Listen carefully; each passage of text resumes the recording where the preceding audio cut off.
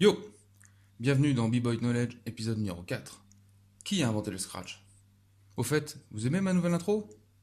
Bon, si vous êtes là, c'est que vous connaissez tous le Scratch, donc pas besoin de vous donner la définition. Dans cette vidéo, je vais vous dire qui a inventé le Scratch et comment, ainsi que les petites histoires qui tournent autour de ça.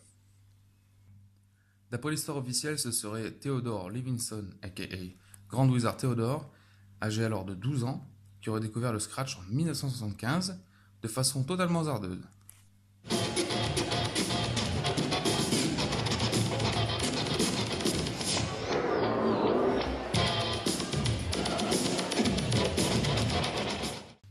Un jour, cloîtré dans sa chambre, à s'essayer au mix sur 2 platines, Théodore ne prête pas attention au volume de sa musique.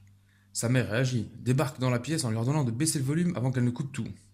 Vexé, Theodore Levinson arrête net l'un de ses vinyles de la main. La fameuse révélation se produit. Il trouve intéressant le son qu'il vient de produire par le frottement entre le saphir et le disque. Ce nouveau son existe en réalité depuis l'invention du phonographe, mais la légende voudrait que Théodore soit le premier à réellement s'y intéresser et surtout à l'exploiter. Screaming at me, I was still holding the record and rubbing the record back and forth. When she left, I was like, that's a pretty good idea. Le 18 août 1977, lors d'un set au Sparks Club, il utilise la technique du scratch pour la première fois en public, sur Bongo Rock, d'Incredible Bongo Band. Peut-être trop jeune à l'époque, Grand Wizard Theodore a besoin d'aide pour perfectionner son art du scratch. C'est son second mentor, l'un des premiers et des plus grands DJ hip-hop, Grand Master Flash, qui s'en charge.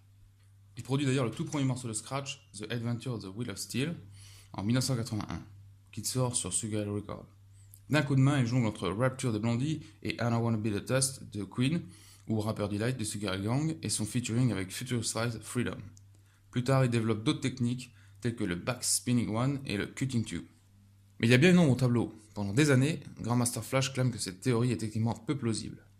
Il a d'ailleurs déclaré au site américain The Guardian: « J'imagine que Theodore et moi devons nous asseoir un jour et tirer ça au clair. J'ai débarqué avec mon style, Theodore était mon premier étudiant, et avant moi, il n'y avait personne. Alors qui lui a dit comment jouer? Mais je ne vais pas en débattre. Je l'adore et je reconnais qu'il a rendu ce style crédible. Alors, véritable découverte ou simple légende alimentée par Grand Wizard Theodore?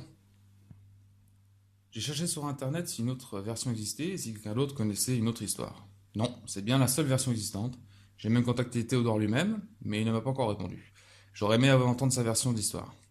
Donc c'est apparemment la vraie version et la version officielle de qui a créé le Scratch. J'avais entendu parler de toute autre chose dans les années 90. Apparemment, il y aurait un certain Lee Perry, chanteur de reggae, inventeur du dub si j'ai bien tout compris, qui aurait inventé le Scratch. De ce fait, il se serait fait rebaptiser et appeler Lee Perry Scratch par la suite.